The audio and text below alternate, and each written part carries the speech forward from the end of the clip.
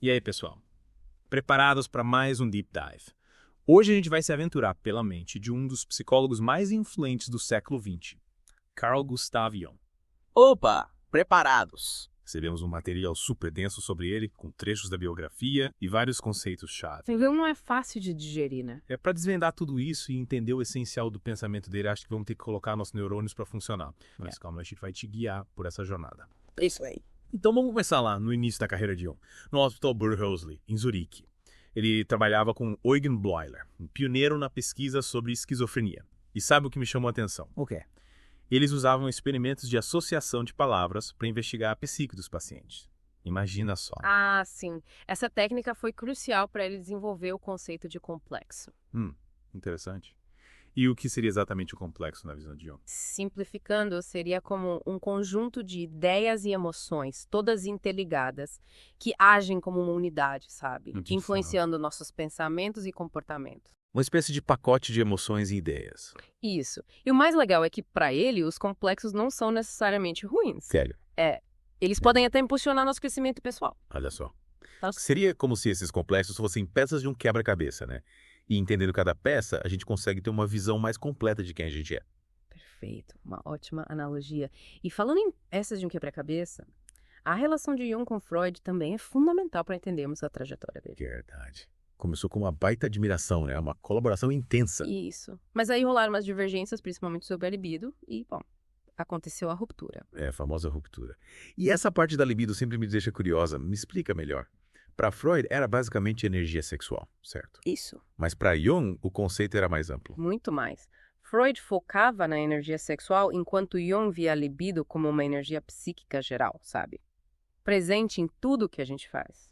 Desde as necessidades básicas até a busca por significado, criatividade. Nossa. Tipo a força vital que nos move. Exatamente.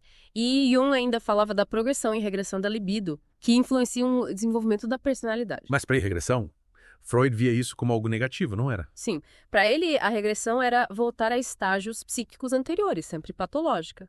Mas Jung via diferente. Como assim? Para ele, a regressão era um movimento da energia psíquica para dentro, sabe? Tipo um mergulho no nosso inconsciente para integrar aspectos da nossa sombra e fortalecer o ego. Um processo natural e necessário para amadurecer. Entendi. Então, para Jung, a regressão pode ser um momento de introspecção, de autoconhecimento e não necessariamente algo ruim. Exato. E essa dinâmica da libido está por trás da famosa classificação dos tipos psicológicos de Jung. Ele propôs que as pessoas se diferenciam em duas atitudes, introversão e extroversão. Lembrando que ninguém é 100% um ou outro, tá? E dentro de cada atitude existem 4 funções psíquicas: pensamento, sentimento, sensação e intuição. Essa parte dos tipos psicológicos é super famosa, né? Acho que todo mundo já fez algum teste para descobrir seu tipo. É bem popular mesmo. Mas indo além dos tipos, Jung também se dedicou a investigar o inconsciente coletivo, um conceito bem revolucionário para a época, né? Com certeza. Ele acreditava que, além do inconsciente pessoal, com as nossas experiências, existe um inconsciente coletivo, um repositório de imagens e símbolos universais compartilhados por toda a humanidade. Uau, que ideia.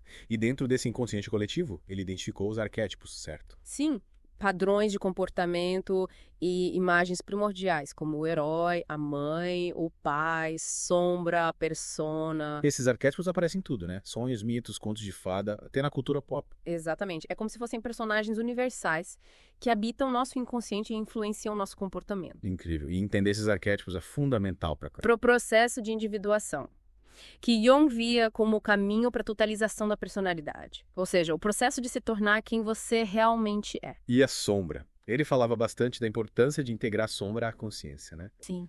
A sombra representa tudo o que reprimimos, nossos medos, impulsos, desejos inaceitáveis. Mas ela não é má.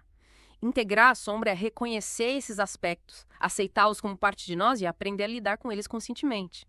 É desafiador, mas leva à autenticidade. E como a gente faz para integrar a sombra? Jung não dá um método pronto, mas ele diz que a sombra se manifesta de várias formas. Nos sonhos, nas projeções que fazemos nos outros, nos nossos deslizes. Estar atento a esses sinais é o primeiro passo. A terapia junguiana pode ajudar nesse processo de autoconhecimento. Faz sentido. E a alquimia? Jung era fascinado por ela, via um paralelo com a individuação. Ele enxergava na alquimia uma metáfora para a individuação. Os alquimistas queriam transformar chumbo em ouro, e Jung viu nisso um paralelo com a busca pela totalidade da psique, pela integração dos opostos dentro de nós. Então, para ele, a alquimia era mais do que química. Era uma jornada de autoconhecimento e transformação. Exatamente, e essa transformação acontece ao longo da vida. Jung dizia que a segunda metade da vida é marcada pela busca por significado e propósito, um período de novas descobertas, de integrar tudo que aprendemos. E como a gente se conecta com essa busca por significado na segunda metade da vida, segundo ele? Olhando para dentro, sabe? Sim. Prestando atenção aos sonhos, conectando com a intuição e buscando o que dá um senso de propósito, de conexão com algo maior. Nossa, quanta coisa, hein? Já exploramos bastante a vida e obra de Jung, mas ainda tem muito pela frente. É rapaz. verdade. E aí vamos mergulhar nos sonhos. Para, os sonhos sempre foram um mistério, né? Jung viu os sonhos como uma linguagem simbólica do inconsciente, uma forma de comunicação. Trazem mensagens valiosas sobre nós mesmos. Mas como a gente decifra essas mensagens? É aí que a coisa fica interessante. Para Jung, interpretar sonhos não é só decodificar símbolos como se tivesse um dicionário pronto. Ah, entendi. Não é tão simples assim. Cada símbolo tem um significado único para cada pessoa, depende do contexto de vida. Então, cada sonho é único, tipo uma obra de arte. Perfeito. Jung comparava o inconsciente a um oceano e a consciência a uma ilha. Os sonhos seriam mensagens que chegam à ilha, trazendo informações do fundo do mar. Nossa, que metáfora incrível. Mas me explica melhor. Como ele interpretava os sonhos? Quais eram as ferramentas? Ele analisava tudo. Personagens, cenários, emoções, símbolos, a trama do sonho. E cada elemento tinha um significado. Sim. Jung dizia que cada personagem representa um aspecto da nossa personalidade. Por exemplo, sonhar com uma figura autoritária. Pode ser nosso lado crítico. Exigente. Isso. Ou sonhar que tá perdido num labirinto. Remete à sensação de confusão na vida real. Exatamente. E os símbolos? Ah. Os símbolos. Jung amava analisá-los. Ele falava bastante da importância deles nos sonhos. Para ele, os símbolos são a linguagem do inconsciente, sabe?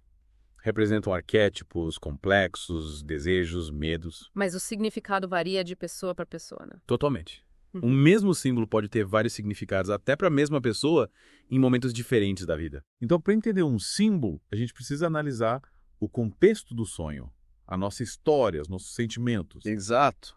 Não tem resposta pronta. A análise dos sonhos é um processo de autodescoberta, um diálogo com o inconsciente. E Jung também falava da função compensatória e projetiva dos sonhos, né? Sim. A função compensatória é quando o sonho tenta equilibrar algo que está em desequilíbrio na nossa psique. Tipo, se a gente está reprimindo muita raiva. Isso. Podemos ter sonhos com explosões, brigas, animais ferozes. É o inconsciente falando, lida com essa raiva. É como um alerta para algo que estamos ignorando. Exatamente.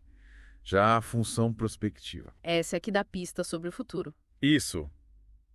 Mas não no sentido de prever eventos, e sim de mostrar tendências, possibilidades que estão se formando no inconsciente. Então o inconsciente pode ter uma visão mais ampla do nosso caminho. É como se nos desse dicas da direção a seguir. Jung acreditava que os sonhos podiam nos ajudar a tomar decisões mais sábias, evitar perigos, encontrar nosso propósito de vida. Nossos sonhos podem ser guias para a nossa vida. Jung dizia que o sonho é uma pequena porta escondida no mais profundo e íntimo santuário da alma. Que frase linda. Mas e aí como a gente aprende a interpretar nossos próprios sonhos? Tem várias técnicas. Uma simples é anotar os sonhos assim que acordar, registrar todos os detalhes que lembrar. Personagens, cenários, emoções. E depois? Tentar associar esses elementos com a nossa vida, sentimentos, conflitos. Usar os sonhos como ferramenta de autoconhecimento. Exatamente. E Jung via os sonhos como um tesouro a ser explorado. Ele dizia, aquele que olha para fora sonha, aquele que olha para dentro desperta. Uau. E o inconsciente coletivo, como ele se manifesta nos sonhos? Através dos arquétipos. Sonhar com um herói, uma figura materna, um sábio, pode indicar a presença desses arquétipos no nosso inconsciente. Então, através dos sonhos, a gente se conecta com a sabedoria da humanidade. Exato. Jung via os sonhos como uma ponte entre o individual e o coletivo, o consciente e o inconsciente, o passado, o presente e o futuro. Que incrível. Aprendemos tanto sobre os sonhos, mas ainda tem mais, né? Sim. Na próxima parte, vamos explorar a visão de Jung sobre religião, sincronicidade e a busca por significado na segunda metade da vida. Preparem-se. De volta ao Deep Dive. Nossa, nas últimas partes a gente explorou cada canto da obra de Jung, hein? Complexos, arquétipos, sonhos. Até parece que a gente virou expert em Jung. Mergulhamos de cabeça. E hoje a gente vai navegar por um lado dele que talvez seja menos conhecido, a visão dele sobre religião. É verdade, muita gente se surpreende quando descobre que Jung dedicou boa parte da vida a estudar religião e espiritualidade. Eu também. Mas por que será que ele se interessou tanto por esse tema? Para Jung, a religião era uma expressão natural da psique humana, sabe? Uma busca inata por significado e conexão com algo que vai além do ego. Uma busca por algo maior que nós mesmos. Isso. E ele via essa busca como uma jornada individual que chamou de processo de individuação. A famosa individuação. Mas me explica de novo, o que seria exatamente esse processo? É a jornada de se tornar quem você realmente é, sabe? Integrar todas as partes de si mesmo, até as que a gente tenta esconder, a nossa sombra. E nessa jornada, a busca por significado é fundamental. E a religião entra como nesse processo. Jung observou que em várias culturas e ao longo da história, a religião oferece um caminho para essa busca. Através de... Mitos, rituais, símbolos. A religião conecta o indivíduo com algo maior, com o que ele chamou de luminoso. luminoso, que não bonito. Mas o que seria isso? É a experiência do sagrado, do transcendente, que pode se manifestar de várias formas. Um sentimento de reverência, mistério, fascínio, até temor e êxtase. Nossa, e essa experiência é importante pra gente. Jung acreditava que sim. Para ele, a experiência do luminoso é essencial para nossa saúde mental. Por quê? Porque nos conecta com uma dimensão que vai além do nosso ego, nos dá um senso de pertencimento, de propósito. Então, para ele, a religião não se resumia só a dogmas ou crenças. Não. O importante é a experiência subjetiva do luminoso. E ele observou que essa experiência não se limita às religiões tradicionais. Aonde mais a gente pode ter essa experiência? Na arte, na natureza, em momentos de conexão profunda com alguém e até nas sincronicidades. Opa, chegamos na sincronicidade. Outro conceito fascinante. Me explica de novo como ele entendia esse fenômeno. Sincronicidades são aquelas coincidências significativas, sabe? Eventos que acontecem ao mesmo tempo e parecem estar conectados por um significado, mas não dá pra explicar por causa e efeito. Tipo, quando a gente pensa em alguém e a pessoa liga. Isso. Coisas que fazem a gente pensar. Não acredito que isso aconteceu. E qual a relação da sincronicidade com a busca por significado? Jung via a sincronicidade como uma pista da interconexão entre a psique e a matéria, uma evidência de que existe uma ordem por trás da realidade que a gente não consegue entender totalmente com a razão. Seria como um sinal do universo. É, e para ele, a sincronicidade podia servir como um guia na nossa jornada de individuação. Lembra da alquimia? Ah, sim. Ele também viu paralelos entre a alquimia e a individuação, né? Exato. Os alquimistas buscavam transformar chumbo em ouro, e Jung viu nisso uma metáfora para nossa busca pela totalidade da psique, pela integração dos nossos lados consciente e inconsciente, os lados luz e sombra. Nossa, a alquimia é bem mais profunda do que eu imaginava. A alquimia é uma metáfora poderosa para essa jornada de autoconhecimento e transformação. E essa jornada dura a vida toda, né? Jung se dedicou bastante a estudar a segunda metade da vida, um momento crucial para a individuação, segundo ele. Por que a segunda metade da vida seria tão importante assim? Jung observou que quando a gente chega na meia-idade, as prioridades mudam. A busca por significado fica mais forte, mais urgente. É como se a gente fizesse um balanço da vida. Isso. As questões existenciais, tipo, quem sou eu? Qual o meu propósito? Se impõem com mais força. E essa crise existencial, para Jung, pode ser uma baita oportunidade de crescimento, de transformação. Então a gente não precisa ter medo dessa crise. Não. É hora de integrar as experiências da primeira metade da vida, acolher nossa sombra, se reconciliar com o passado, perdoar a si mesmo e aos outros e buscar o que realmente dá sentido para a vida. E a conexão com o luminoso pode ajudar muito nesse processo. Nossa, que jornada incrível a gente fez hoje.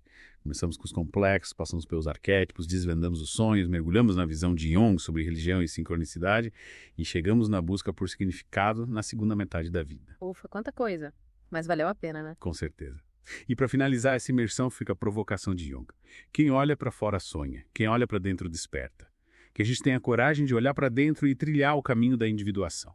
Buscar a nossa verdadeira essência. E com essa mensagem inspiradora, a gente encerra nosso mergulho na mente brilhante de Carl Gustav Jung. Esperamos que você tenha curtido a viagem e que continue explorando esse universo fascinante da psicologia junguiana. Até a próxima.